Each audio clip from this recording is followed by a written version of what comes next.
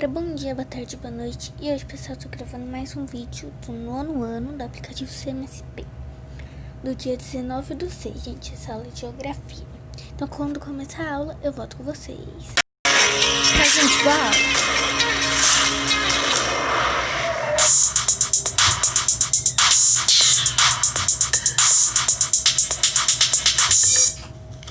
Olá, boa tarde ao aluna aí do 9º ano, boa tarde a todos que estão acompanhando mais uma aula aí virtual no Centro de Mídias. É um prazer imenso estar com vocês aqui. Nós vamos tratar agora do assunto sobre o tema da aula, né? Pode estar vendo aí na tela, aspectos de interação da globalização e mundialização. Então, um tema super importante aí para vocês do 9º ano.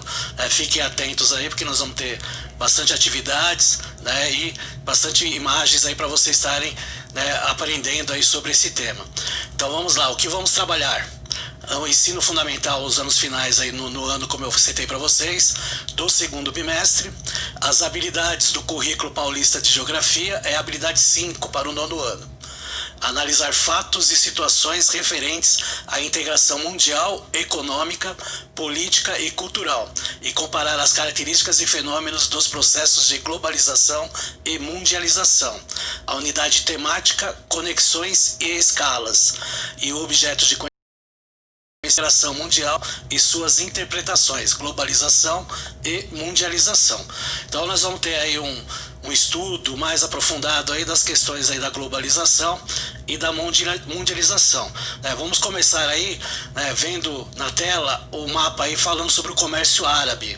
É interessante iniciar esse processo porque já é um processo comercial, né? Essa expansão aí árabe através da sua comercialização dos produtos no norte da África e depois chegando até a região sul da Europa, faz com que os árabes trazem junto com o comércio costumes culturais, né, a matemática, a física, química, medicina, astronomia. Então a importância dessa questão aí do comércio árabe, né, saindo lá da Península Arábica, né, estendendo-se no norte da África e também na região da Península Ibérica, né, depois aprofundando mais aí para a Europa, trouxe essa questão aí da culturação dos árabes perante o Ocidente. Ok? Então é importante retratar isso porque a gente está falando de globalização, está falando de mundialização. Então esses aspectos históricos que aconteceram, né, há séculos passados, eles acabam desenvolvendo esse processo aí que hoje nós chamamos aí de globalização, ok? No próximo mapa nós temos também aí um processo aí comercial que é a Rota da Seda, tá? Então essa Rota da Seda aí que nós temos tanto na parte marítima como na parte terrestre também é uma ligação comercial entre continentes. Então, da mesma forma que a gente vê o comércio árabe tendo comércio entre continentes, nós também temos a Rota da Seda, né? Os europeus indo até a região lá da Ásia, buscando seda e outros produtos para a comercialização na Europa. Então, mais uma vez retratando, né, esse movimento comercial, ele vai nesse processo todo, né, conjunto, né, que vai começando lentamente e depois vai se destacando esse processo. Então é importante retratar isso, né, como um processo inicial de globalização. Não se fala globalização nesse período, mas é interessante retratar para vocês que é um pontapé inicial para a comercialização entre continentes, tá ok? No próximo slide aí que vocês vão ver, nós temos os tratados que separou o mundo em dois, né, entre Portugal e Espanha. Então nós temos aí um tratado de 1493, que é o famoso Tratado de Bula Intercoetera, né, que foi um tratado feito aí pelo Papa Alexandre VI, né, espanhol, na qual separou primeiramente, né, o mundo em dois, né, um lado para os portugueses, outro lado para os espanhóis. Também tem esse aspecto comercial. Depois teve o Tratado de Tordesilhas, em 1494, né, para estender mais esse território aí para os portugueses, principalmente no continente americano, até porque ele ficou com um pequeno território no primeiro tratado. E depois, para finalizar, o Tratado de Zaragoza, que é a linha verde aí que aí pega o outro lado, que é a região do Pacífico, né, para dar uma, né, né, uma questão aí de uma projeção mais significativa, né, entre Portugal e Espanha. Então, todo esse processo aí que a gente viu nesses 3 mapas aí, são processos que têm um vínculo comercial, né, e a importância disso é porque retrata, né, o histórico que nós temos hoje aí de blocos econômicos, né, nós temos a União Europeia como um dos principais blocos econômicos aí, então é uma conjunção de vários fatores aí, vindo historicamente de séculos, até chegar a essa situação que nós temos hoje aí da globalização. Ok?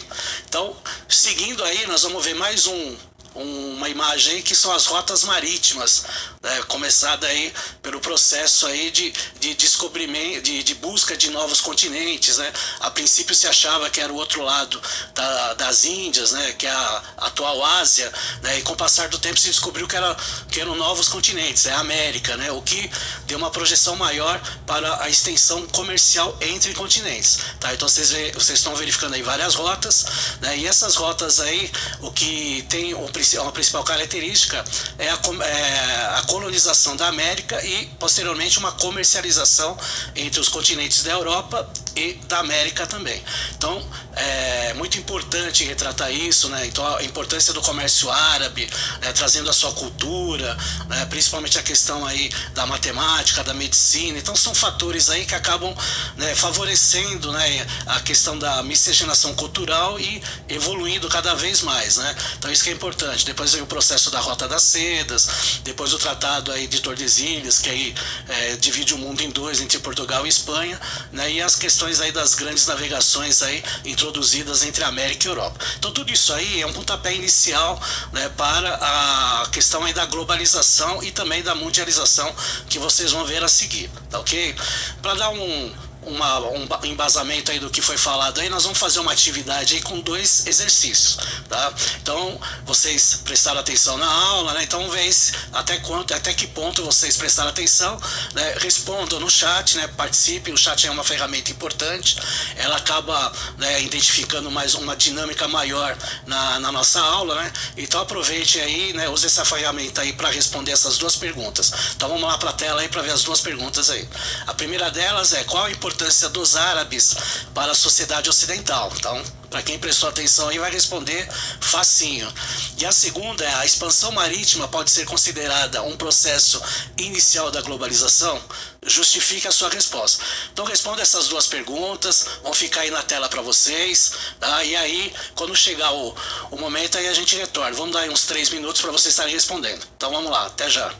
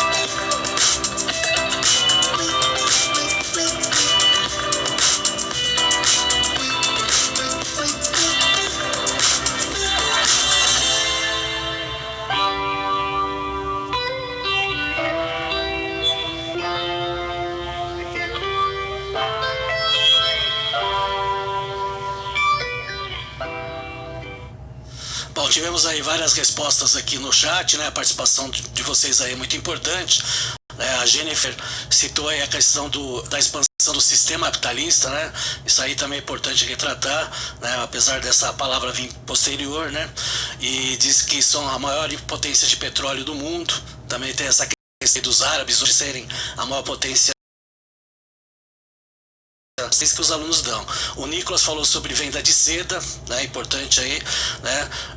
A questão do Matheus também fala todo tipo de mercadorias, né, que vieram pelos árabes, né, eles trouxeram realmente vários tipos de mercadorias, né? O Gustavo também respondeu, então é interessante aí falar sobre essas questões aí. Então vocês vão ver aí novamente na tela aí as perguntas, qual a importância dos árabes para a sociedade ocidental, né? Então, como eu afirmei antes, né, junto com o comércio árabe vieram aí os costumes culturais, a matemática, a física, a química, a medicina, a astronomia, tudo isso aí acabou, né, indo para culturas do Ocidente também, né? E a segunda questão, a expansão marítima pode ser considerado um processo inicial da globalização? Justifique a sua resposta? Sim, porque ela expandiu o comércio, principalmente entre os continentes. É isso que vocês têm que entender. Então, o processo da expansão marítima, a partir do século XV, XVI, para o novo continente aí, que é o continente americano, né, só expandiu mais ainda o comércio entre os continentes. Então é um processo inicial do capitalismo, né? Lembrando que essas questões aí de capitalismo, globalização só vem, né, posterior, bem posterior a isso, tudo bem? Mesmo que a relação entre, né, os países da Europa com os países da América foram de processos de colonização na sua maior grande parte aí de colonização, de exploração, tá certo? Vamos entrar aí na fase pré-industrial, que é a fase antes da Revolução Industrial na Inglaterra, né? Então vamos analisar aí a tela, né, com as imagens, e nós vamos observar duas imagens aí, as imagens do artesão, né, fazendo aí os sapatos, e do lado direito nós temos aí os camponeses, né? É um período, a Europa teve um período meio inerte, né, que é o feudalismo, né, que durou aí do século V até o século XV. Então é um processo aí que veio depois do Império Romano, né? O Império Romano se expandiu por toda a Europa, chegando até o norte da África e pegando aí um pedaço aí da Ásia, né? E depois ele foi derrotado aí pelos bárbaros, né? Os vários bárbaros que apareceram em vários territórios aí da Europa e também da Ásia, e vieram aí a questão do feudalismo, né, que é um processo mais de campo, né, com o senhor feudal dominando as terras, né, o trabalho dos camponeses, e temos aí o artesão. E esse período aí, que foi um período longo, né, acabou, né, propagando um certo período neutro aí da questão da comercialização. A partir do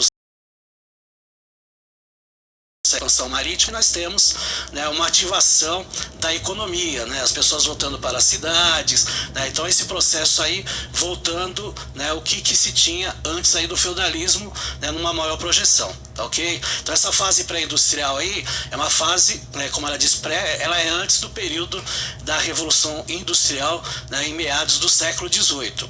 Né, posterior a isso, nós vamos ter a primeira Revolução Industrial. Tá?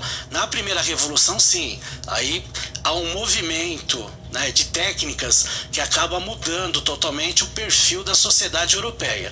Então ela teve início aí nos meados do século XVIII, né, que durou aí em torno de 1750 a 1850. Essa fase foi caracterizada por diversas descobertas, né, e favoreceu a expansão das indústrias, né, progresso técnico, né, introdução das máquinas. Tá?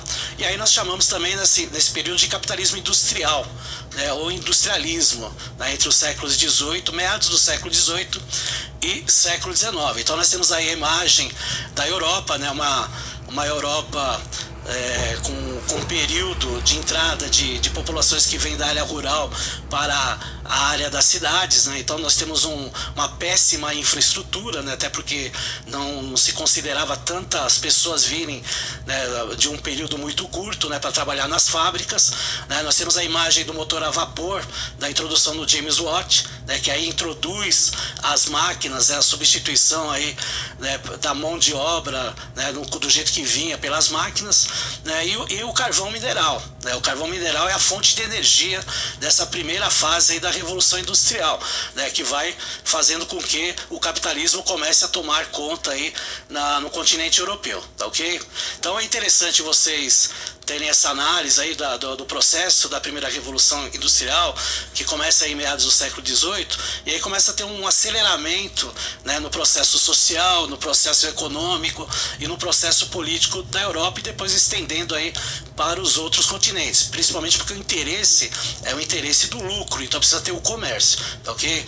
E nós temos também os meios, né, que são trabalhados dessa maneira, o meio natural, né, no caso aqui antes da primeira Revolução Industrial nós temos o meio natural, na primeira revolução nós temos o meio técnico, né, e aí nós temos esses processos todos aí, tá ok?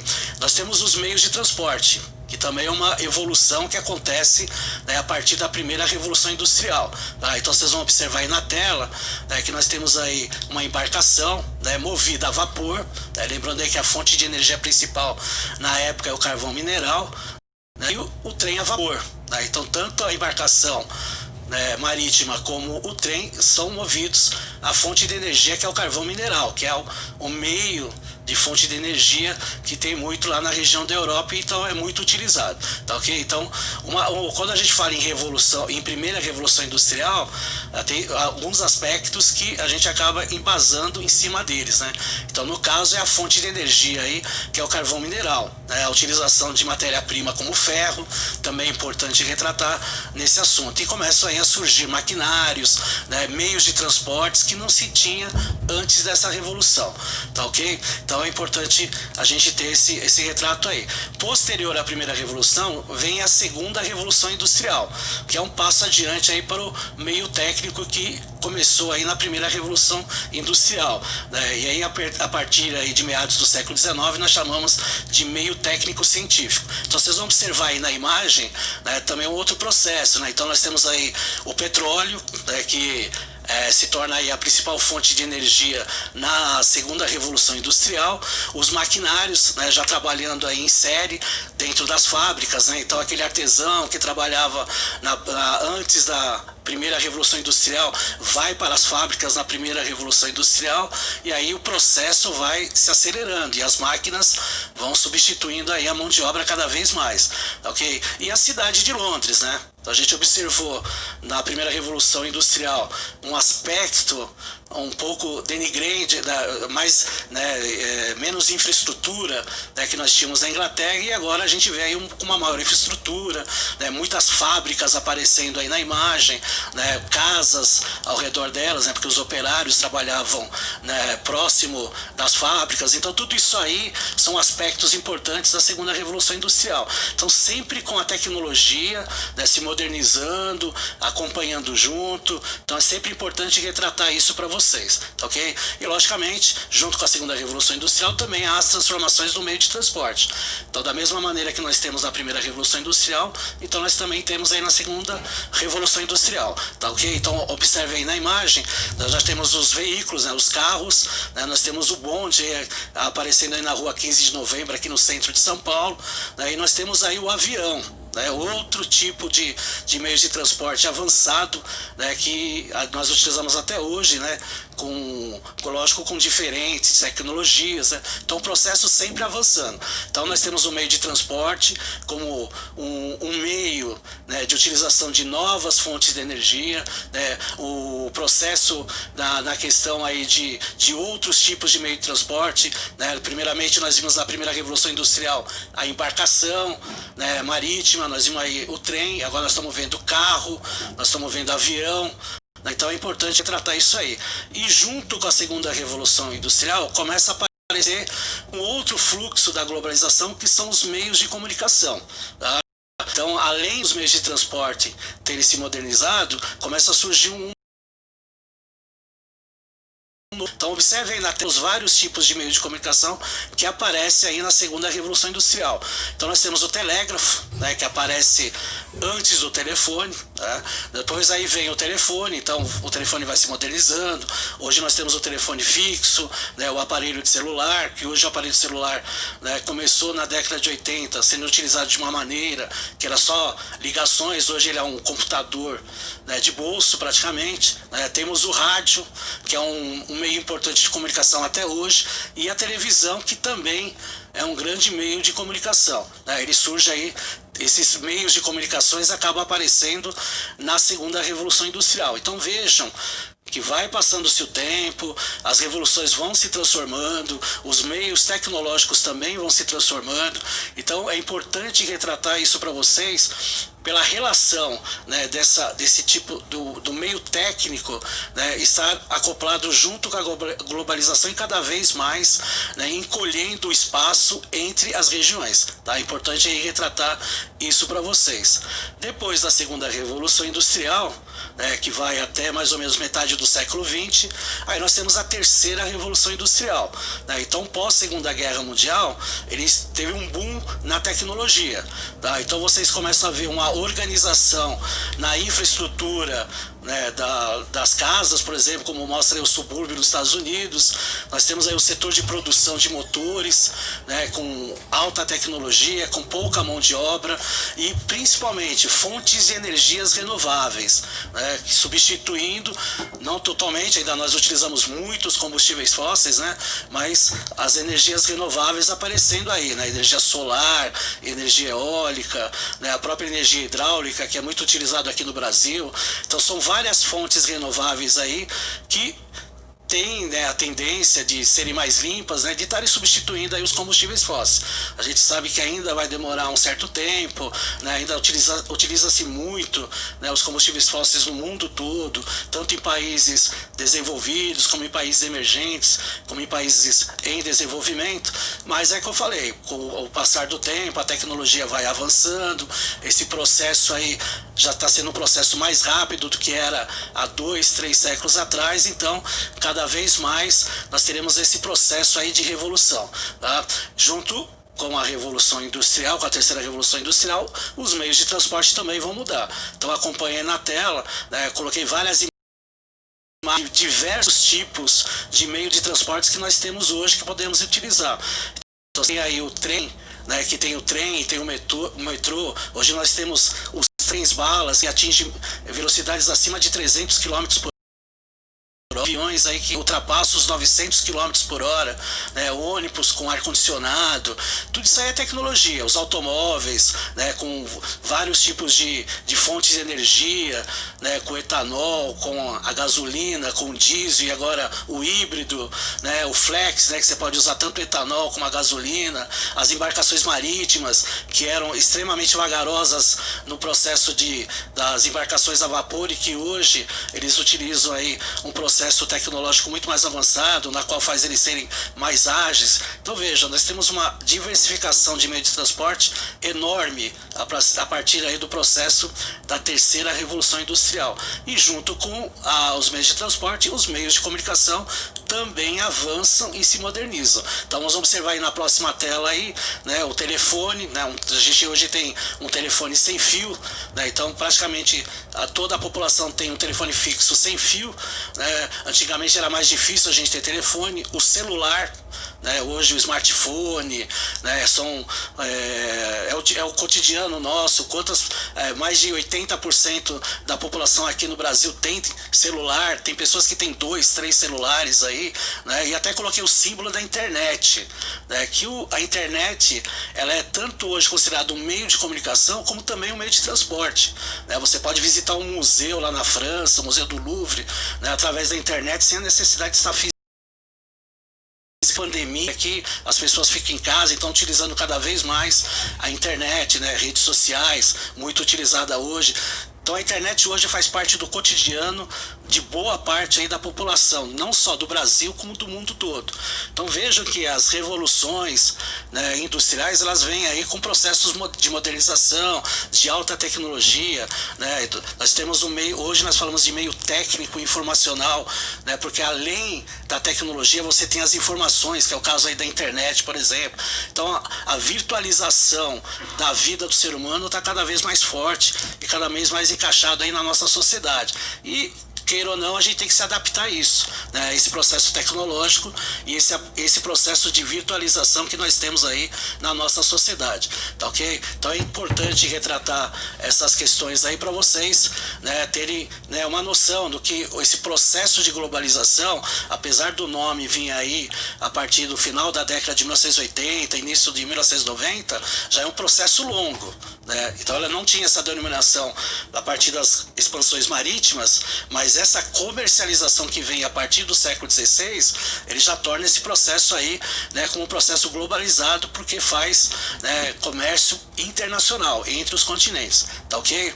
Vamos fazer agora uma atividade aí, para ver se vocês conseguem analisar, é uma atividade facinha, né? Observe aí na tela, né, baseando-se aí na aula e até no caderno do aluno, no volume 2, tem aí que enriquece essa aula, né, na parte 2, né, de geografia, relacione a coluna da esquerda com a coluna da direita. Então na coluna da esquerda tem a fase pré-industrial, a primeira revolução industrial, a segunda revolução industrial e a terceira revolução industrial. E aí vocês vão relacionar meio técnico, o meio natural, o meio técnico científico e o meio técnico científico informacional, tá? Então usem aí o caderno do aluno, tá, a partir da página 19, né, do volume 2 aí de geografia, e aí vocês conseguem responder aí junto com a explicação que eu dei para vocês. Vamos deixar aí uns 3 minutinhos para vocês responderem. Então até breve.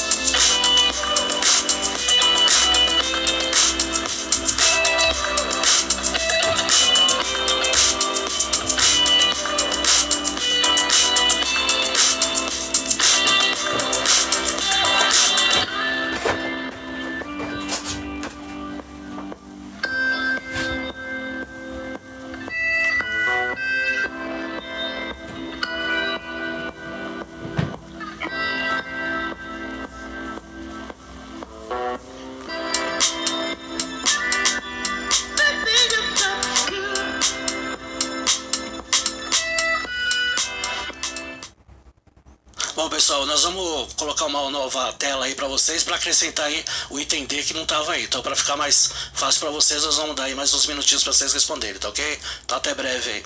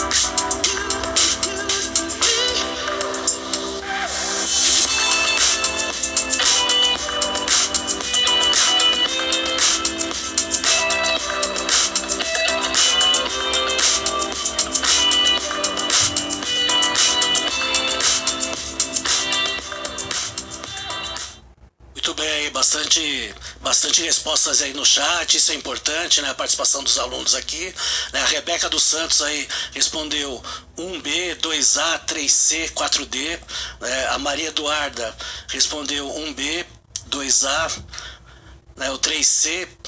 A Camille respondeu 1B, 2A, 3C, 4D, né? A Camille Silva. A Grace respondeu 1B, 2A, 3C, 4D. E o Gustavo respondeu 1B, 2A, 3C e 4D.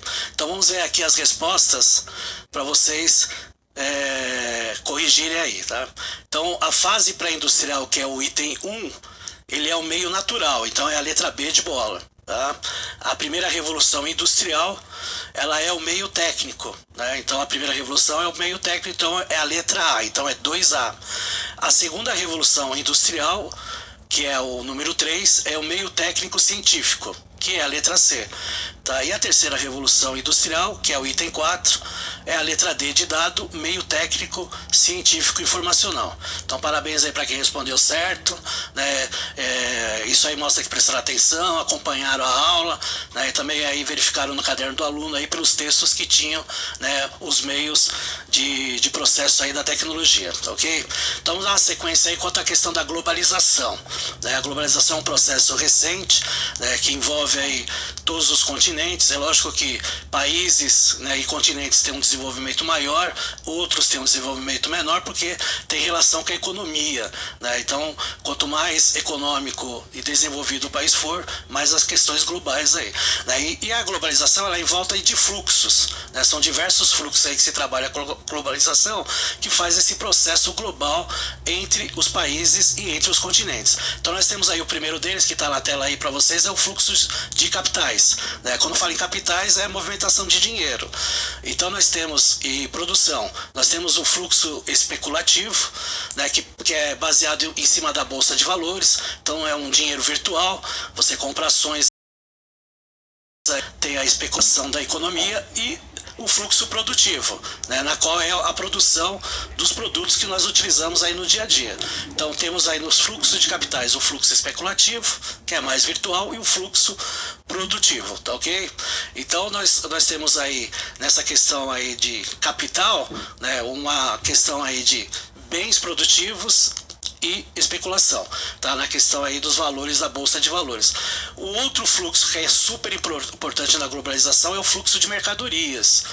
Então vocês vão observar aí na tela, né, um navio, né, de transporte marítimo comercial, né, que é muito utilizado com seus containers, né, e os portos têm que se adaptar a essa nova introdução comercial, né, porque os portos são antigos, então eles têm que se modernizar também com alta tecnologia para estar recebendo esses produtos em containers, né? Então é comum ver essas embarcações no Porto de Santos para desembarcar ou embarcar produtos, né? E o transporte marítimo é um dos mais utilizados aí para o comércio entre os continentes, né? Nós utilizamos o avião, mas é mais comercial na relação de passageiros. Tem os trens, mas é mais entre os continentes via terrestre, né? Ligações fronteiriças. Então o caminhão é muito utilizado também internamente, né? Mas quanto mais você utilizar esses tipos de meios de transporte que carregam mais produtos, mais econômico fica, tá ok? Outro tipo de fluxo que nós temos é o fluxo de pessoas, né, que também depende do meio de transporte. Então nós temos aí uma imagem mostrando as pessoas embarcando aí no avião, que é um dos principais meios de transporte entre países, entre continentes e até entre estados aqui no Brasil, né? Se utiliza muito esse meio de transporte, que é um meio de transporte muito rápido, né? Então cada vez mais a população vai fazendo essa questão do fluxo de pessoas, né? A questão da migração, ou é para trabalho, né? Ou é para morar, para ter melhor qualidade de vida. Então esses para negócio, né? Então os fluxos de pessoas, eles giram em vários fatores aí: comercial, econômico, né? Bem-estar, né? Questão de migração. Então todos esses aspectos aí têm a ver muito com o fluxo de pessoas. Então o fluxo de pessoas também é importante nesta relação aí, tá? Da globalização, nós temos o fluxo de informações. Tá? Então, vocês estão observando o mapa aí, são mapas de redes de cabos submarinos ao redor da Terra. Tá? Então, esse mapa, ele está mostrando tanto cabos submarinos da internet como cabos submarinos telefônicos, para que ter um meio de comunicação entre os continentes. Então vejo a imensidão aí de cabos que nós temos nos oceanos aí do planeta, né? Para o quê? Para ligar na comunicação todos os continentes, tá? Então fluxo de informações também é importante. Além do fluxo de comércio, o fluxo de pessoas, né, o fluxo também de informações aí é extremamente importante. Tá? Nós também temos aí no meio dessa questão aí dos fluxos e da globalização o surgimento de cidades globais. Tá? Também é recente você falar sobre a questão das cidades globais. Não são muitas cidades globais, porque quando a gente fala em cidade global, ela envolve, né, um continente ou vários continentes. Tá? Então são cidades globais que são divididas em alfa, beta, gama, né? Então quanto maior a integração, né, a maior modernidade tecnológica, maior envolvimento comercial da cidade, maior é a situação dela como uma cidade global. Nós temos duas cidades globais que são as top das cidades globais que nós temos, que elas são consideradas alfa mais, que é a cidade de Londres, na Inglaterra, e Nova York, nos Estados Unidos. Mas São Paulo, por exemplo, também é uma cidade global alfa. Nós temos aqui no Brasil cidades globais, né? Então temos em torno de 60 cidades globais, boa parte delas estão na Europa, né? Uma outra parte está na América do Norte, mas também temos aqui no Brasil. Então nós temos cidades globais alfa, como é o caso que eu citei para vocês, que é São Paulo. Nós temos a cidade beta, que é o Rio de Janeiro, gama, Curitiba, Porto Alegre. Então várias capitais aí do Brasil também são consideradas cidades globais. Então cidades globais são aquelas cidades que têm, né, uma interligação com outras cidades até de outros países, dependendo obviamente da tecnologia, do seu comércio, de todos esses aspectos, né, da globalização. Ela pode ser nessas três posições, ou ela é alfa, ou ela é gama, ou ela é beta, tá? E é importante retratar isso por causa que faz parte da globalização e da mundialização do nosso planeta aqui, tá? Outra situação que nós temos na mundialização é a Organização Mundial do Comércio, tá? A Organização Mundial do Comércio começou em 1947, né, com a sigla GATT, né, e a partir de 1º de janeiro de 1995, para abranger um contingente maior de países, são em torno de 164 países que pertencem à Organização Mundial do Comércio. Então ela se tornou, né, mudou esse nome aí para sendo uma organização mundial, tá? Ela trata de assuntos comerciais, ela não tem juridicamente força para punir um país caso ele não faça, né, o comércio corretamente, como por exemplo o protecionismo, né, o subsidiar produtos internos para ser mais barato para os outros países. Então ele não tem esse direito de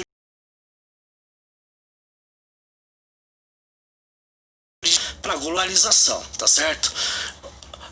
Na próxima tela nós vamos ver aí os países com maior PIB, né? São os 10 maiores PIBs do planeta, né? Isso aí são dados de 2018. Então nós temos os Estados Unidos em primeiro lugar, né?